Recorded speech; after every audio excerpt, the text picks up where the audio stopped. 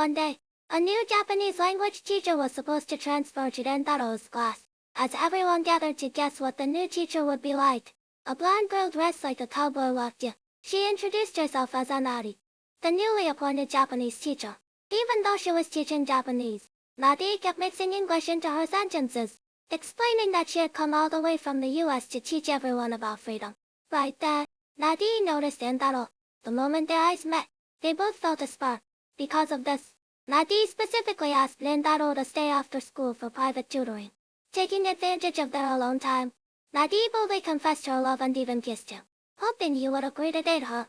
However, this made Rentaro realize that Nadi wasn't actually from the US, since starting a relationship with a confession is a very Japanese thing to do. Seeing her true identity exposed, Nadi had to tell the truth. She was born into a family with extremely strict rules, which made her deeply yearn for the free-spirited lifestyle she saw on American TV. She had even changed her appearance, knowing she might get kicked out of the house for it. Nadi originally thought Rentaro would find her behavior weird, but instead, he told her that her dedication to pursuing her ideals was incredibly charming. Deeply moved by his words, Nadi finally joined Rentaro's Sahara. Recently, Rentaro's school was preparing for the cultural festival. Lahari had originally invited a popular idol group to be the special guests, but unfortunately, they all broke their bones during rehearsal. With no other choice, Lahari asked Hakari and the others to step in and take their place on stage. To get everyone performance ready in such a short time, Lahari hired Tina, a former top idol, as their coach.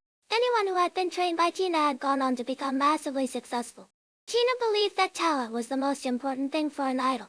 Aside from Nano and a few others, the rest of the harem didn't meet her standards. Tina proposed a harsh plan: cut the members who lacked talent, and only keep Nano and the others. To her surprise, Nano and the girls unanimously agreed that if they couldn't all go on stage together, there was no point in performing at all. This reminded Tina of her own debut days. After mocking their naive idea, she angrily stormed out. Once Tina was gone, Hakari walked in. It turned out they had been eavesdropping outside the door. They were touched by the girls' bond, but now that the coach had left, they were completely lost. Just then, Rentaro stepped up. He said he had watched their rehearsal videos countless times and offered to take over as their coach himself. Finally, the day of the cultural festival arrived. Everyone stepped onto the stage with nervous hearts.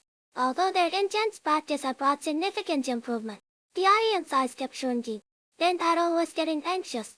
But just then, his uncle arrived with a huge bat. It turned out Rentaro had anticipated the situation and specially prepared a massive batch of dolls. Since people are naturally drawn to crowds, Rentaro used his superhuman abilities to control the dolls and create a fake crowd to attract real spectators. Sure enough, the trick worked. Thanks to Rentaro's efforts, the number of viewers gradually grew. Feeling his dedication, the girls on stage performed even better. Watching Hakari and the others shining brightly on stage, Tina, who was hiding in the back of the crowd, remembered her original reason for becoming an idol. It wasn't about becoming famous, but about performing on stage with her best friends. In the end, the performance was a huge success. Afterward, everyone hugged Rentaro tightly, thanking him for all his hard work.